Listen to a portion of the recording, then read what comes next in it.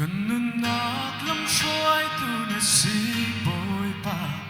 kasining dilang namin katlilaw nagle kaswal perna nasinin tu ko silaw arok ninanak sersem tu nasi zander mito na petu Hoi lukin thật nên na ca ngày đâu sự sẽ tốt na dừng phá tin na thở lạnh măng nắng hay in hoi tha hoi đã căng ngay bôi pa làng sang lễ hoi quang trong gió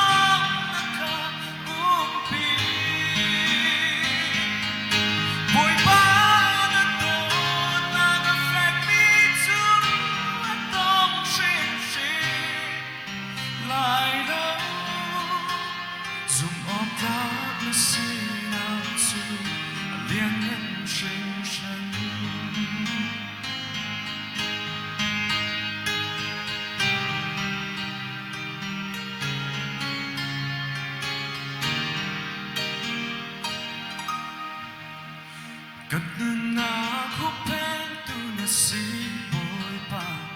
nagkutsung him na kamu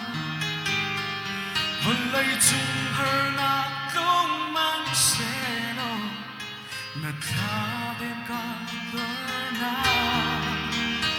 akwai ni na dam tu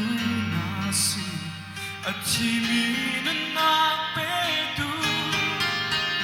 kapal na gatang kaswal na kangal sisenatod na zingfatin na tharlan mang nang hayin hoi tha lâu đã căng ngay bôi pa làng sang lễ hoi quang trong giấc nâng ca pi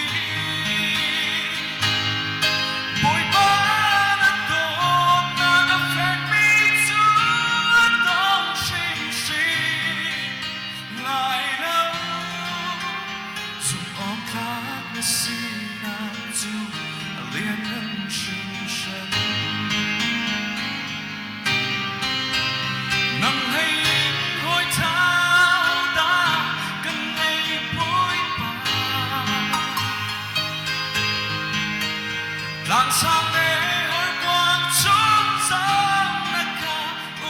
pi bụi ba